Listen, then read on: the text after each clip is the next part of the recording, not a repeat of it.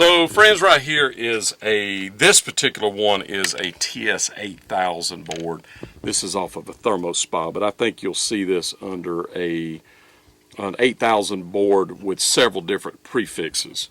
This particular one, this burned off, and I talked to the customer. He had not recently replaced the heater. So what a lot of times will happen is the heater lug that is hooked on the Balboa heaters, and I should get one for illustration, and maybe I will, but right this moment I'm going to talk. Where the tab goes on the top, it'll actually break loose where it's spot welded. And when it does that, it'll get loose and it'll damage the board like this. So when you get a repair like this, if you have not recently replaced the heater and left it loose, you probably need to replace the heater element as well. So what I'm going to do is take this relay off the board. And all this is this red AC line right here goes into this relay and it comes out and goes to here. That's it.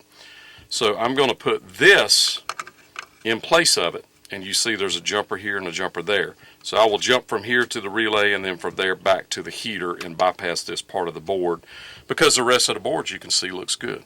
So I will let you watch me do this. Stay tuned. So this right here is what I was talking about. Now this one is the new style. This is much smaller. This is going to be quarter. The ones that are on Balboas are 5/16 right here. But what will happen is this part will come loose from that little, you see the little metal sticking up, basically a rod. They put it on and they spot weld it. That spot weld will come loose. So it doesn't look like this. This is the replacement, but that just gives you an idea of what you're looking for. If you can turn that and it turns and turns and turns and turns, it's going to do this to your board. So you got to replace it. All right, so I am going to take this right here, this little relay off, and I'll show you a few techniques that I use. In some of the videos you'll see me use a flat screwdriver under, and I still can do that right here, but it's so close to the edge you really don't even have to do that. But all you're going to do is just flip it over, stick you a flat screwdriver or something behind the edge of it, and then just heat. Put a little down pressure on it. You can see I'm using my hand to just put a little down pressure on the relay, so as the solder heats up, it'll release and pull out. You can heat one and heat the other. Not really much to this. This is a pretty simple repair.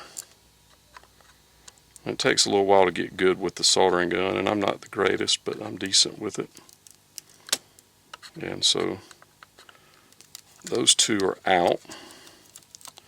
Now we have these little ones, which are the turn-on circuits.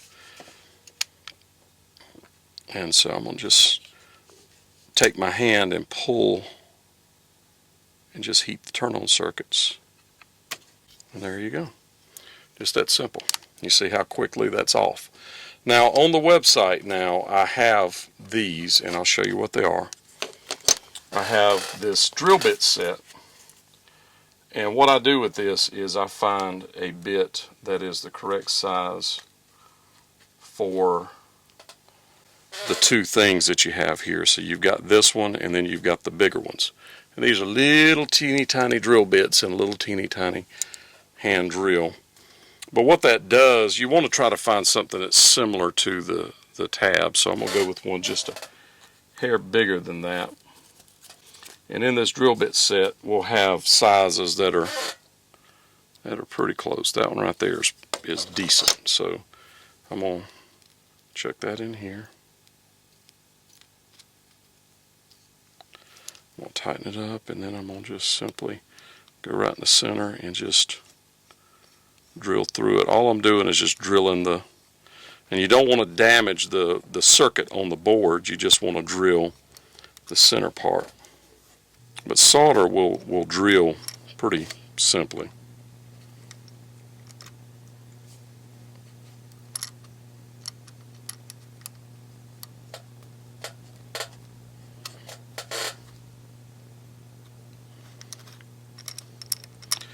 That one may actually be enough.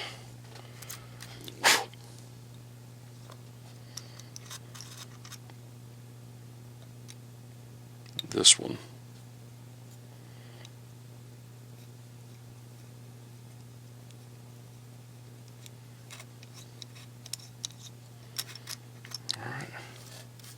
You can see how big those are.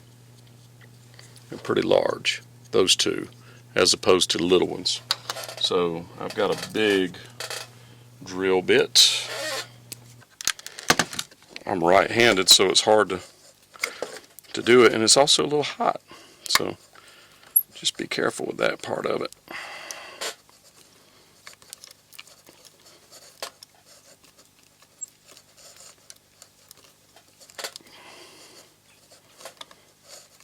And if you're putting this in a real drill, now it would of course drill better. I'm just doing it by hand, so it's not drilling great, but it will.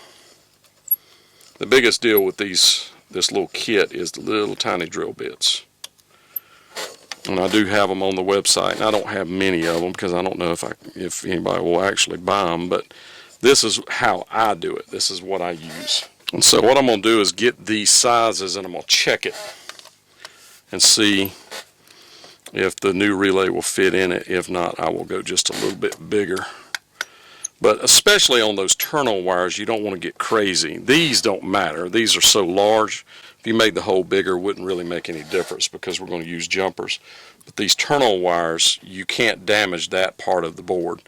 If you do, you're going to have to solder wires from here to here and from here to there to build that back up, which is not out of the question. It's just not ideal, especially for me in this situation where I'm doing this for someone and then I'm going to ship it back to them. I want to make sure that this system works just like it is.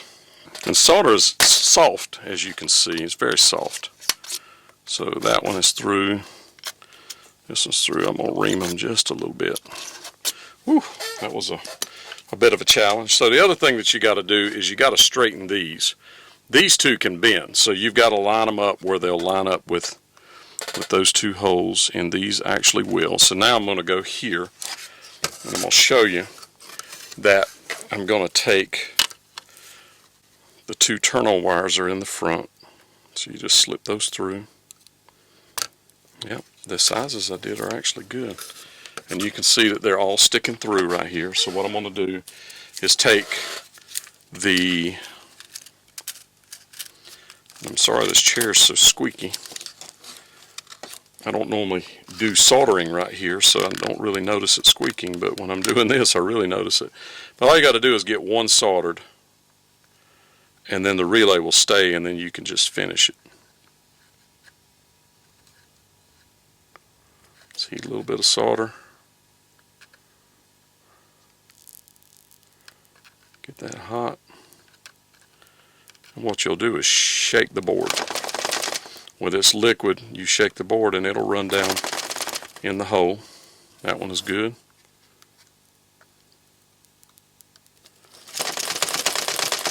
See, it doesn't take long to do. And these two connections are really not even important because we're going to bypass them, although the top one will be used somewhat. So if you didn't get the top good, if something happened to the other jumper, it would do a blowout right here. So you want to get this one good.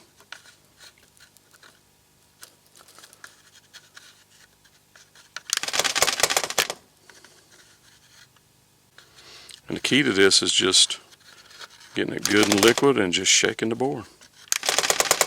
Alright, so that is a completed relay install right there. You see that? And now we're going to do our jumpers, so stay tuned. I'm going to have to get the meter out and I'm going to show you how to figure that out. We'll jump from here to the relay and then from the relay to the where the heater will be. Stay tuned.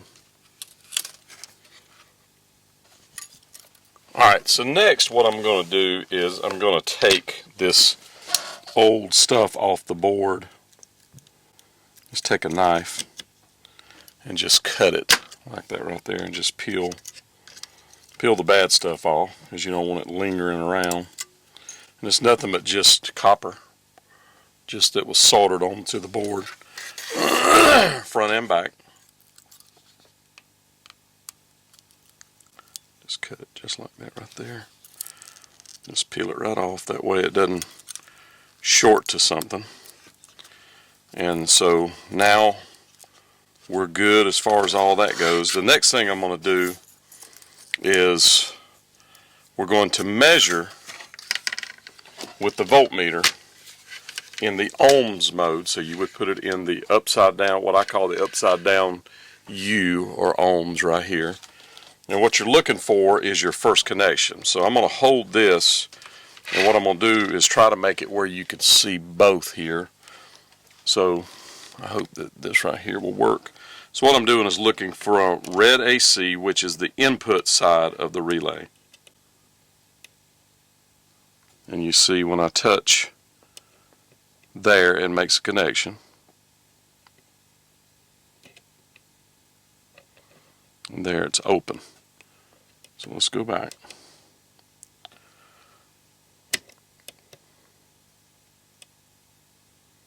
And another thing that you could do, you can see it makes a connection from there. So when you're looking at this, don't assume that the closest one is correct. And the other thing you could do is actually look on the back.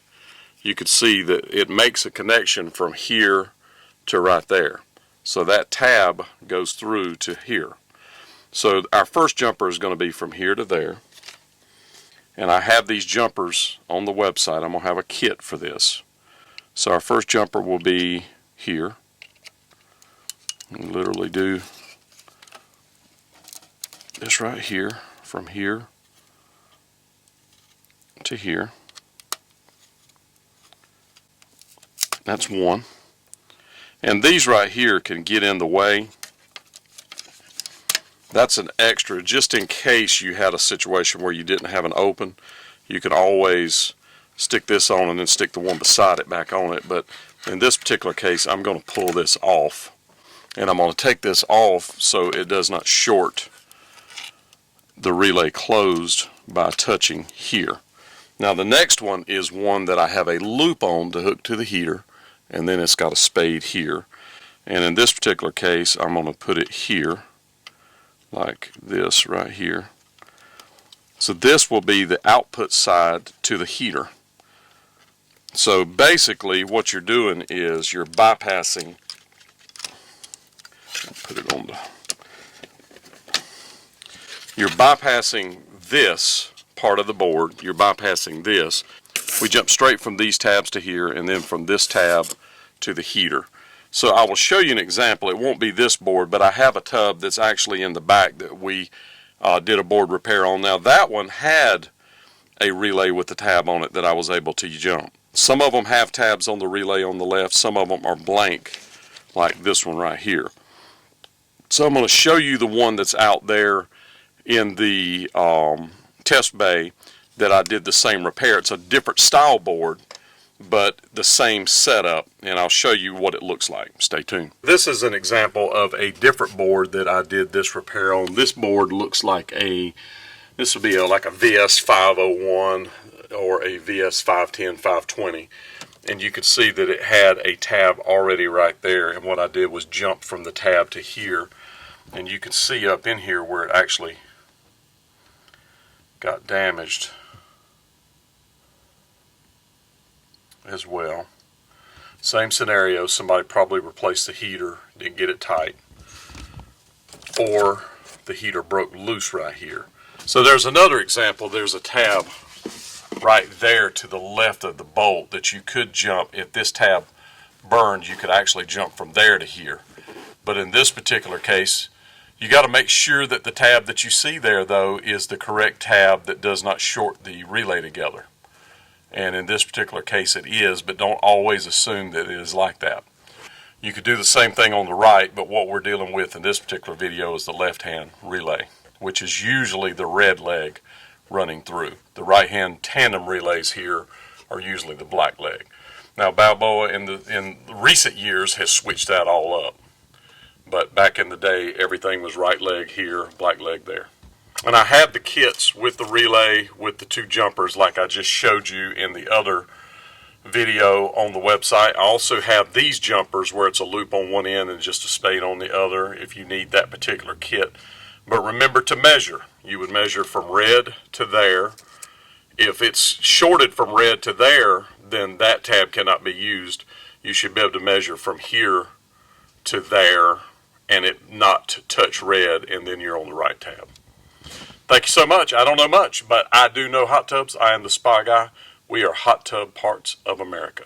And I'm going to say one more thing about this. I get a lot of people that watch these videos and then call me and go, hey man, I can't, what I'm mine is a little different than yours, so I don't know what to do. Look, it's as simple as getting your meter out and verifying that if you need to make that connection, you're just trying to connect back from here to the open side of the relay. If the connection is messed up from the relay to input, then you're making the connection from here back. In this particular case, it was open, as you can see, damaged down here from the input side. So that would be the open side of the relay, meaning when it's off, there's no connection from here to electricity. When it's on, there's a connection from there to electricity. And so it's just as simple as measuring with a ohm meter to see what the connection is and then making the connection. All you're doing is taking the printed circuit off of the board and bypassing it by just putting a hard wire in. It's just that simple. Nothing more, nothing less. It's not rocket science. It's very simple.